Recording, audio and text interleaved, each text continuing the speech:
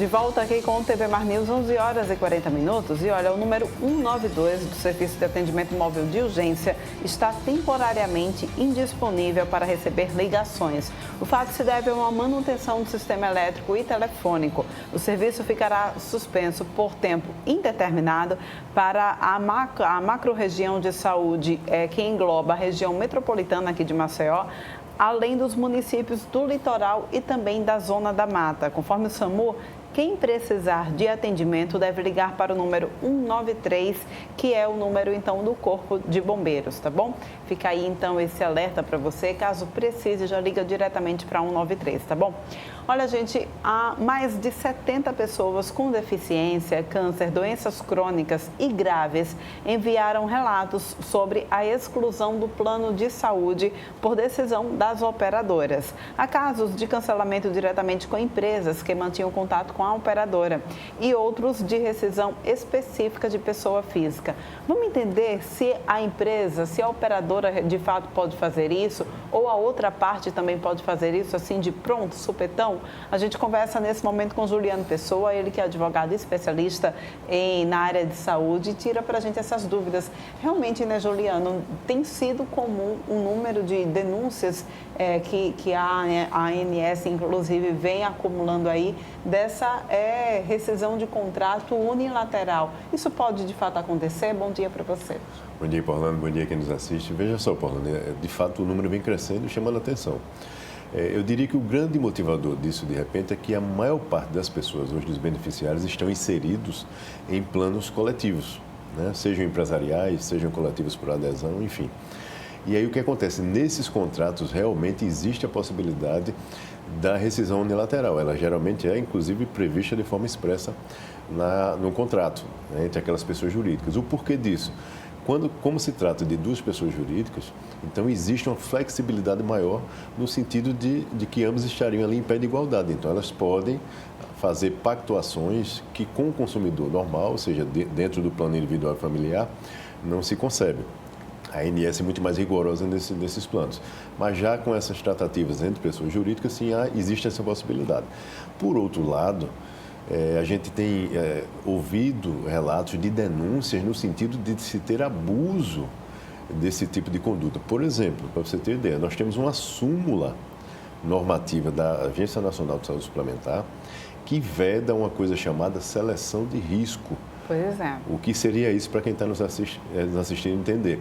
Seria a operadora escolher, de repente, aquele perfil de beneficiário que traz menor prejuízo para ela, né, do ponto de vista de despender ali assistência para aquele usuário, e ela selecionar esse grupo, né? Então, isso é extremamente vedado por súmula normativa. A Lei 9656, que também regulamenta esse mercado, veda isso já no ingresso, ou seja, a operadora ela não pode deixar de receber um beneficiário, por exemplo, por ser acometido por uma doença grave ou por ter alguma deficiência. Isso é extremamente vedado. E a súmula, ela amplia também no momento da exclusão. Então, ou seja, ele igualmente não poderá ser excluído por essa condição.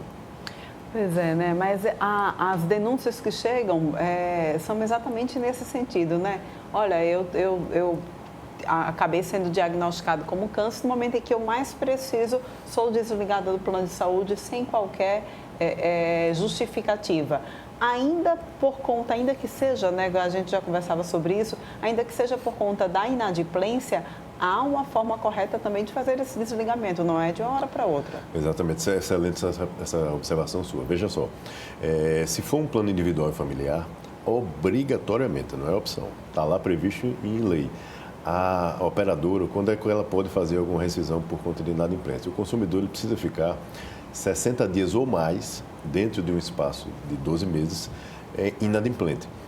Mesmo assim, no 50º dia, ela tem o dever de notificar esse beneficiário, dando ciência daquela situação para que oportunize ao consumidor regularizar a sua situação. E o que a gente ouve muito é que, às vezes, acontece por motivos diversos, né? O consumidor viajou ou ele não lembrou de pagar a fatura em determinado mês, e isso, como não é consecutivo, pode ser somado durante os 12 meses. Uhum. Então, acontece naquele período ele não ter adimplido aquela mensalidade. O que ocorre na prática é que a operadora sequer notifica O consumidor ele só tem ciência, de fato, quando ele busca um serviço para realizar um exame, uma consulta, o que for, e lá no estabelecimento ele recebe a informação de que o plano dele foi cancelado. Então, ou seja, a operadora sequer teve a decência, eu diria, de notificar como a regulamentação determina. Isso é o que acontece muitas vezes.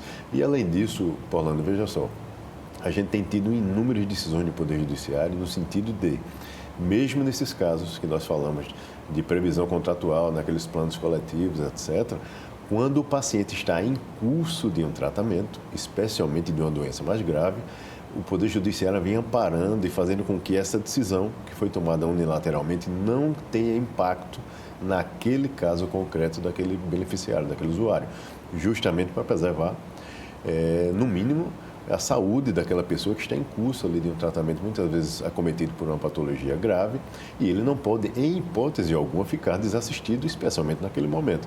Então, é assim que o Poder Judiciário vem resguardando o direito dessas pessoas. Então, o que a gente recomenda é isso. Se o consumidor se deparar com um caso desse, automaticamente busca contato com a respectiva operadora, perguntando o que foi que aconteceu. Ela tem a obrigação de manifestar isso, fundamentar essa justificativa por escrito, inclusive, deixando ciente o consumidor do que é que houve naquele caso concreto. E a partir da resposta que ele obtenha, é importante que ele já busque ajuda. Muito bem. Agora, e quando o desligamento é feito por parte do consumidor? Tem algum problema também nesse sentido, Juliano? Olha, o que acontece às vezes é que as operadoras elas querem trazer uma multa, né? Isso é tido como ilegal, né? É uma prática abusiva por parte da operadora. Então, não pode existir multa, bem como não pode existir o que muitas vezes acontece, dela dizer que você teria que ficar por mais 60 dias para depois se desligar. Se o consumidor está adimplente no seu contrato, não há qualquer irregularidade e ele deseja deixar aquela operadora, não tem que haver qualquer tipo de obstáculo nesse sentido.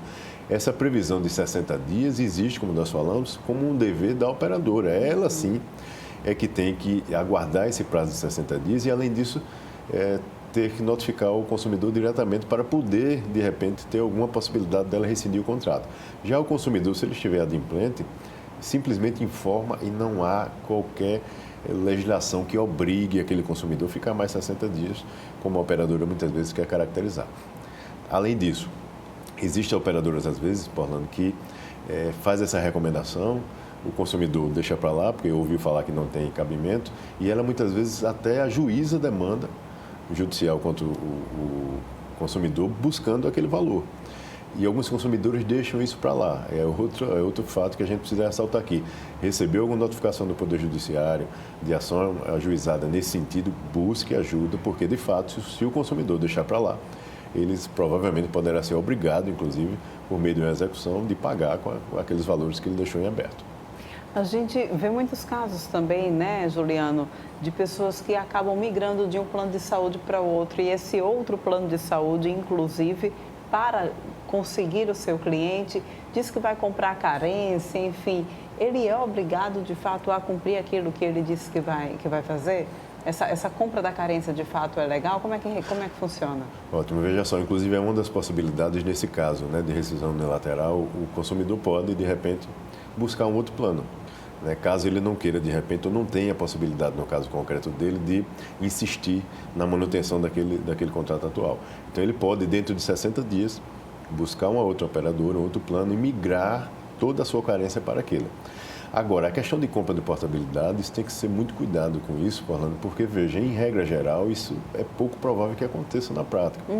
Geralmente, quando ocorre, são aquelas carências mais básicas, né? Existem dois tipos de carências que são muito mais alongadas, né? Geralmente 24 meses, que é a questão de doença pré-existente, né? E o parto, que são 300 dias. Então, dificilmente existirá uma operadora que queira assumir para si o ônus dessa carência, trazendo um consumidor que, de repente, não cumpriu ainda essa carência lá atrás. Via de regra, quando o consumidor deseja migrar para um outro plano, ele tem que passar no mínimo 2 anos no plano atual. Somente após esse período ele pode fazer toda essa movimentação que a legislação permite, levando consigo toda a sua carência. Aí, de fato, ele não recomeçará esse período novamente. Agora, essa abordagem comercial, vamos dizer assim, de que uma corretora ou outra diz que plano A ou plano B compra a carência de determinado consumidor, eu diria que o consumidor precisa ficar muito atento de como é que isso se dará na prática, para ele, de repente, não ser surpreendido negativamente quando ele resolver fazer esse tipo de migração. Muito bom, então. Só então passando para quem nos assiste, né, quem de repente se sentiu lesado com uma situação que tenha atravessado semelhante a essas que você já informou aqui para a gente, o que é que a pessoa deve fazer? Olha só, ótimo. Veja, primeiro, buscar informação direta com a operadora, sabendo o que é que aconteceu naquele caso concreto. Em seguida, ele entra em contato com a própria Agência Nacional de Saúde Suplementar. A gente sempre reforça essa mensagem aqui, porque é importantíssima essa ferramenta. Liga para a ANS, abre uma reclamação, conta o que aconteceu no teu caso concreto. Você tem a possibilidade de anexar, inclusive, documentos pela via digital. Se for um paciente ou um consumidor que tenha mais dificuldade com esse trato aí tecnológico, não tem problema, existe um 0800 da ANS, toda a assistência será dada também por telefone. E se ele verificar que tem algum indício de prática abusiva, Paulana, especialmente se for uma situação concreta de rescisão unilateral, onde o plano já foi cancelado e esse consumidor está, de repente, em tratamento, ele tem que imediatamente buscar auxílio de um profissional da área jurídica para empreender as medidas o mais rápido possível, pedindo ao Poder Judiciário, por meio de decisão liminar, que seja restabelecido aquele plano no caso concreto dele, até que se julgue o mérito do processo concreto. Por quê? Se ele está em curso no tratamento, ele não pode ficar desamparado. Isso é questão de necessidade básica de saúde ali naquele caso concreto. Então, essa é a mensagem que a gente deixa. Busca ajuda o mais rápido possível. Muito bem. Então, muito obrigada mais uma vez pela tua participação aqui no nosso estúdio, tá? E olha só, gente, termina amanhã o prazo já prorrogado para o edital Johansson Nascimento de fomento ao esporte aqui em Alagoas. As inscrições dos projetos visam garantir apoio para a realização de eventos, aquisições de materiais e incentivo aos atletas também.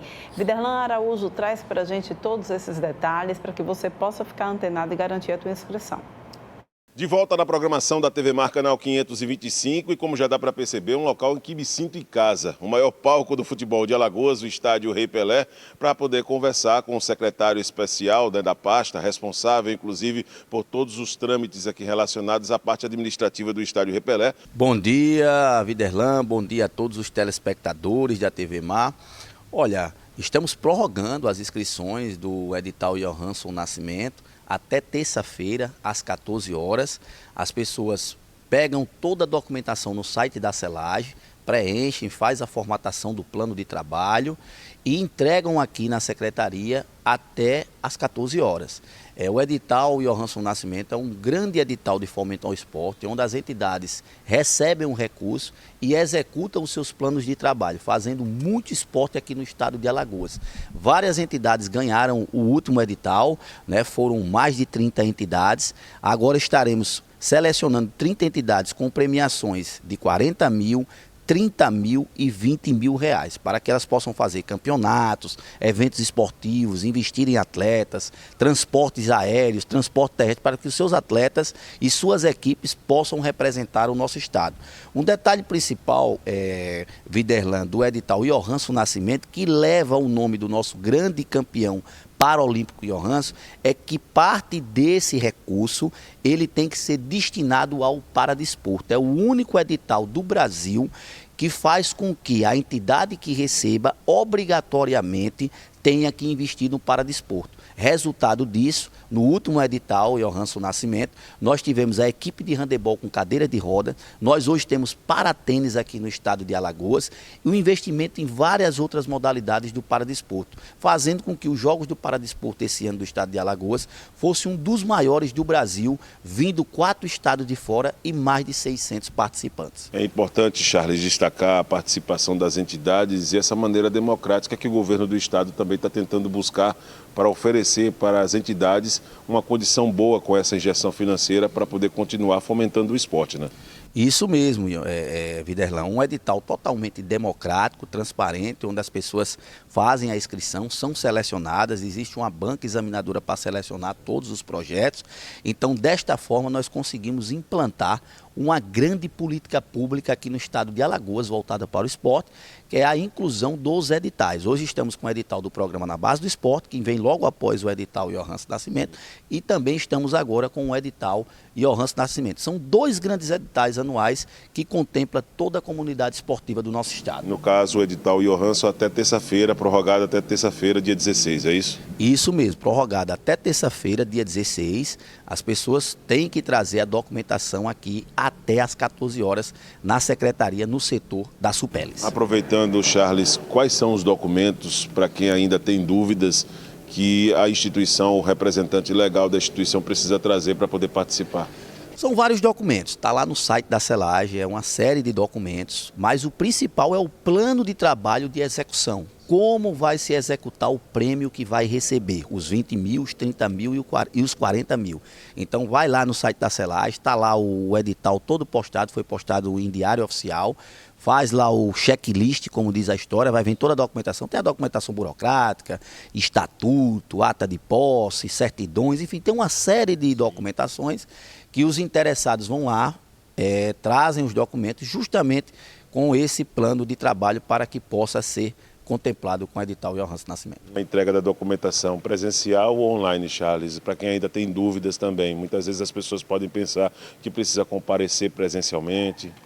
Na verdade, a documentação tem que ser entregue presencialmente, porque elas são lacradas no envelope, os envelopes são abertos no dia, tem uma abertura onde todos podem participar, é uma audiência pública de abertura dos envelopes das entidades que entregaram, até porque tem documentos que são preliminares, se não entrega o documento, automaticamente já está desclassificado. Então, por isso tem que ser de forma presencial, de forma física, para que as pessoas aqui, junto com a banca, venham presenciar a abertura dos envelopes, logo após a classificação, para ver aqueles que estarão habilitados a receber o recurso. O Bolsa Atleta não somente ele vai continuar, como ele vai ampliar.